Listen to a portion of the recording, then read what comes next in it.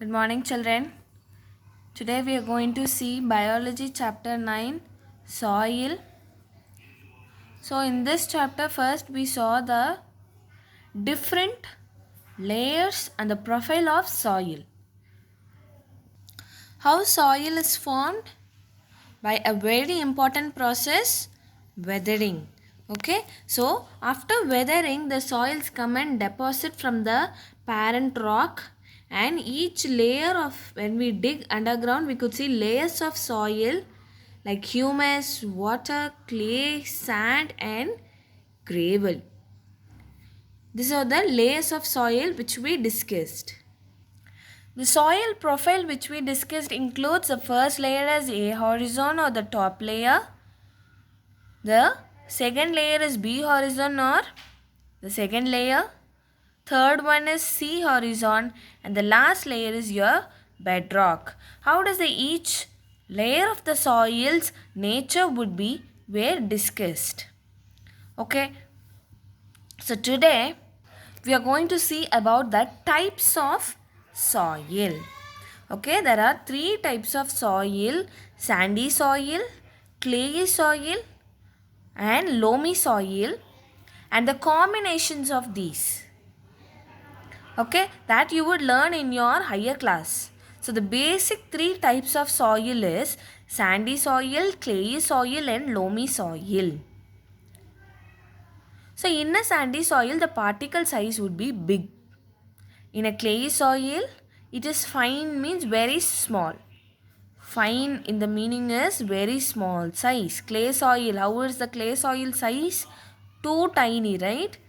Whereas the sandy soil means when you go and take a handful of sand, you would get pebbles as well as the sand which this you could have seen in the construction field and all. They would sieve the soil using strainers, right? Because to remove the pebbles separately and the sand separately. So compared to the clayey soil, the sandy soil size, particle size is big. Particle size means each soil particles size. You will take a handful of sand, but what is present in your hand? Small soil particles only. Okay. So in sandy soil, the soil size would be big. In clayey soil, it is very small. And in loamy soil, both would be there. Both means big size as well as fine sized soils will be present. So the best way to describe a loamy soil is sand plus clay. Okay. So why am I saying it as sand plus clay is loamy soil?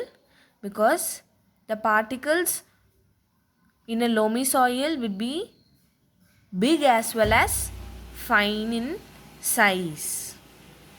Then its nature. Okay. So for a soil's nature and property would be determined by this size only. That is your second point. For a soil, sandy soil means its size is big. So with respect to the size only, its nature is determined. Why? Because in sandy soil you have big sized particles, so they will not fit together. Can you fit the pebbles, small pebbles together? Not possible, right? So similar way, the sandy soil particles are big and they do not get fit close together so that the air can pass through them. That is what I have written here: aerated, large space for the air to pass through. Since they are big in size, the air can easily pass through them, and the sandy soil is an aerated soil. It has a good amount of air supply. I mean, the air can pass through it. Not only air, water also can pass through it quickly because of large space between the particles. Whereas in a clayey soil, they are very fine, very small in size, right? So both the air and water will not pass through quickly. That is why the clayey soil during rainy season or when it is wet, it remains wet for a long time. We tell in Tamil as kalimannu. It is wet for a long time because the water, when it is passing through this type of soil, it will not pass quickly because of there is no gap for it to pass through quickly. The soils are very small and they are tightly packed. So when the water is finding, it should find some way to move out. Right? When there is no way to move out, the water will retain here itself. So the clayey soil remains wet for a long time. The same applies to your air. The air which enters clayey soil will be retained there for a long time because it has only little space for the movement. Understood? Loamy soil. So loamy soil, as I told you already, sandy soil plus clayey soil. So it is a mixture of sand, clay and humus. So this is the best topsoil for plant growth. For a plant to grow, not for all the plants, the general suggestion, okay, it should not contain only clayey soil as well as sandy soil. Both should be there in the top soil layer, that is in the A horizon, for the plant growth. So the sandy soil is always dry, lightweight and well aerated because the water when it is passed through it, it will move out, it will be released out easily and it can become dry again.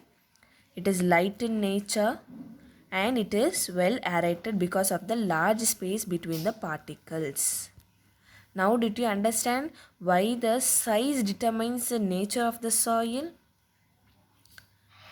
In a clayey soil it would be heavy and it will be of wet. That is what the more water soil and less aerated soil. Both the air and water once entered, it cannot be released out so quickly. It will be retaining in the soil itself.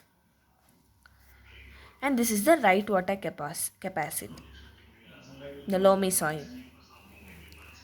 Now, in between the sandy soil and clayey soil, you would have the silt.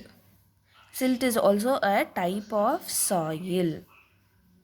Okay, soil type, which is in between sandy and clayey soil in the sense its particle size will be not so big like sandy or not so small like your clayey soil. So in between sandy soil and clayey soil particle size, the silt particle size would be present. The silt is noticed in the deposits of riverbed. Okay. Then, so a soil's nature and properties would get affected by these factors: wind, rainfall, light, temperature, and humidity. Okay, so a soil's nature and property, apart from the particle size, we saw here itself, nature and property is determined by the size of the particle. Apart from that, the external factors, which external factors means which is not related to soil. The size of the soil is its internal factor. Internal factor means related to its own proper factor. Because of it, it gets affected in the sense like that. So the external factors affecting soil's nature and property is wind, rainfall, light, temperature and humidity. Around the world, different types of soils are present. Okay, so these are the basic three types: sandy soil, clayey and loamy are the basic types. So around the world, so many types of soil is present. In India itself, in the North India, maybe clayey soil present. In Coimbatore, a different type of soil. In Erode, a different type of soil. So the type of the soil varies from different regions to another. It will not remain the same in all the places. Knowing about the type of soil present in a location, the farmers will decide what crops to be grown in that. So why are we learning about soil is you should know the needs of the plant when you do agriculture. All the plants cannot grow in all types of soil. Each plant will have a different requirement. Understood? So we should first know about the soil's nature and then only we can do agriculture. That is why you're learning this as a chapter. So the soils will not remain the same in all the regions. It will differ. Based on that only we can grow the crops. Wheat and gram can be grown in clay, loamy soil. Paddy can be grown in clay soil. So before doing agriculture, you should go test the soil in the land and then know the type of the soil. Based on that only we can decide what crop should be grown there. Okay, why are they choosing clay and loamy soil here for the growth of wheat, gram and paddy is they can retain water in them for a long time. Lentils means pulses. Pulses are grown in loamy soil. Okay, so loamy soil can drain water as well as release the air soon. Then cotton. Cotton is grown in sandy loam. As I told you already, the soil can be a combination also. Sandy loam. It is nothing but the loamy because loamy itself actually sandy plus clay soil. Okay. So like this, each crop will need a soil requirement. Based on that only we can grow the crop. So before growing a crop, we should first know about the soil type. Okay children, so kindly read those textbook pages and if you have any doubt contact me. Thank you children.